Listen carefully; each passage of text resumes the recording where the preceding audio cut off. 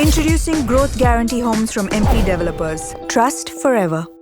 அவர்களை பாதுகாப்பதில்தான் அவர்கள் கண்ணும் கருத்துமாக இருக்காங்களே தவிர பாதிக்கப்பட்ட பெண்களுக்கு சும்மா வாய் வார்த்தையாக சொல்கிறார்களே தவிர தமிழகத்தை பாதிக்கக்கூடிய தமிழ்நாட்டை பாதிக்கக்கூடிய பிரச்சனைகளில் கூட எதிர்த்து எதையுமே பேசுவதில்லை என்பதுதான். இதுவரைக்கும் ஒன்றிய அரசை எதிர்த்து தாவேகா அரசில் இருக்கக்கூடியவர்களோ முதலமைச்சரோ அமைச்சர்களோ எந்த கேள்வியும் எழுப்பியதாக எனக்கு நினைவில் இல்லை.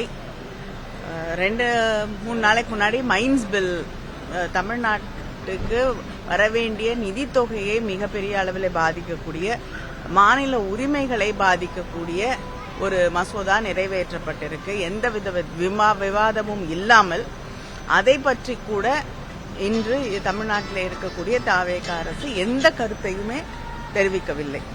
அதனால அவங்கள எதிர்ப்போம்னு சும்மா வாய் வார்த்தையாக சொல்கிறார்களே தவிர தமிழகத்தை பாதிக்கக்கூடிய தமிழ்நாட்டை பாதிக்கக்கூடிய பிரச்சனைகளில் கூட எதிர்த்து எதையுமே பேசுவதில்லை என்பதுதான் உண்மை.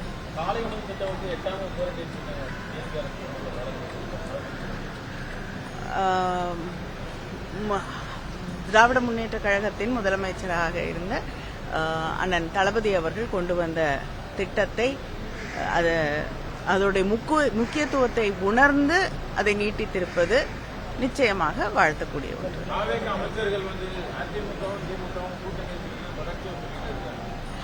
அவங்களுடைய கனவு வேணா அதுவா இருக்கலாம், ஆனா நிச்சயமா எந்த காலத்திலையும் அதற்கு வாய்ப்பில்லை.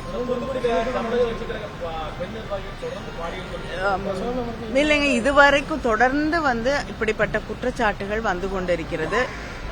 தூத்துக்குடியிலேயே இது 3வது குற்றச்சாட்டு என்று நான் நினைக்கிறேன். தொடர்ந்து இந்த குற்றச்சாட்டுகள் வந்து கொண்டிருந்தாலும் அவர்கள் மீது வழக்கு போடுவதோ சம்பந்தப்பட்டு இருக்கக்கூடியவர்கள் கைது செய்யப்படுவதோ கிடையாது. தமிழ்நாடு முழுவதுமே பெண்களுக்கு எதிரான குற்றங்கள், பொதுவான குற்றங்கள் அதிகரித்துக் கொண்டே வருகிறது. மாணவர்களுக்கு பள்ளியிலே படிக்கக்கூடியவர்களுக்கு கூட பாதுகாப்பு இல்லாத ஒரு சூழலை நாம் பார்த்து கொண்டிருக்கிறோம். ஆனால் அரசு இதற்கு எந்த நடவடிக்கையும் எடுப்பதில்லை.